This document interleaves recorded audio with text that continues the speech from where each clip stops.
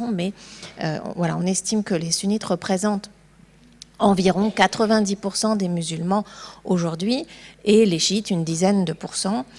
Donc vous voyez qu'en fait, ils sont quand même très très minoritaires sur le plan démographique, mais ils font régulièrement la une de l'actualité pour des raisons qu'on va essayer d'expliquer.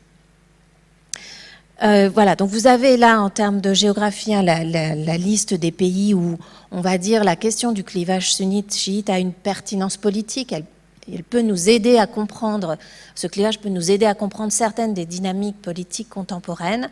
Donc ce sont des pays qui au Moyen-Orient sont situés pas dans le Maghreb précisément, donc à ce qu'on appelle le Mashrek, où voilà, on peut aller jusqu'à l'Asie du Sud, le Pakistan, l'Afghanistan.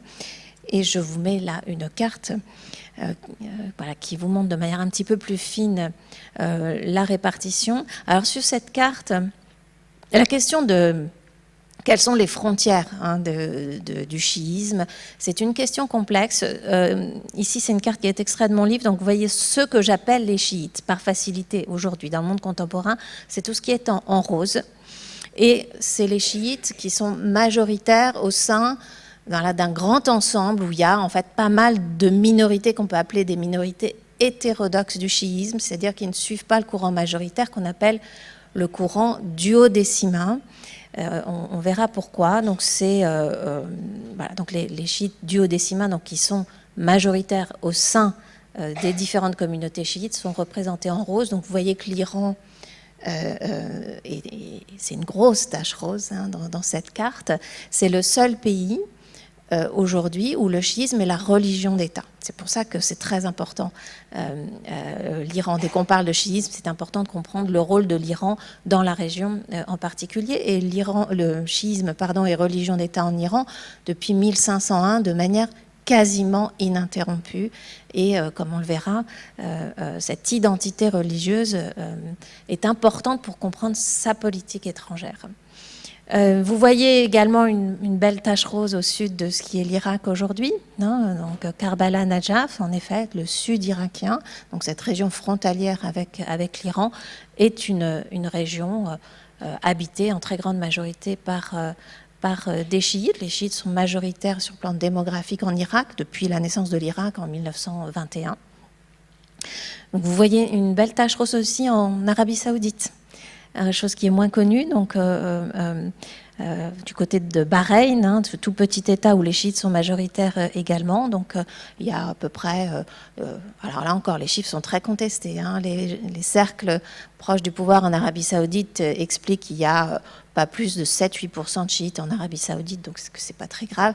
Les chiites eux-mêmes saoudiens vous disent mais non, on est 20% de la population. Ce qui est important, c'est qu'ils sont littéralement assis sur les réserves pétrolières du royaume. Là où il y a des puits de pétrole, il y a des chiites. Donc c'est ce qui fait que la question chiite en Arabie Saoudite, elle revêt une importance stratégique. On va un petit peu, alors on voit une petite tache rose, mais c'est une tache rose qui est importante au sud du Liban.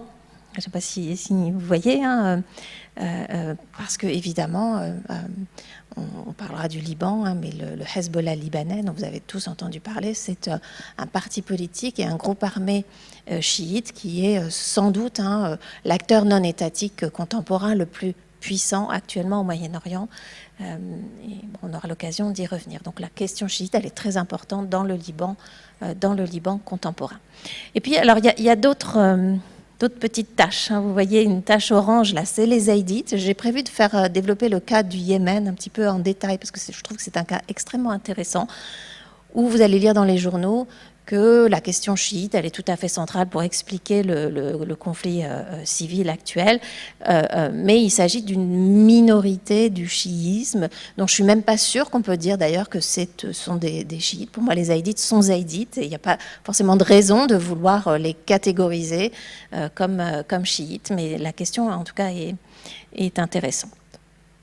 Et puis donc, on a alaouite en Syrie, peut-être que Fabrice Balanche en a parlé, je ne sais pas, voilà, qui est une communauté, certains, et notamment voilà, des autorités religieuses du chiisme duodécimain, pensent que les alaouites ne sont pas musulmans.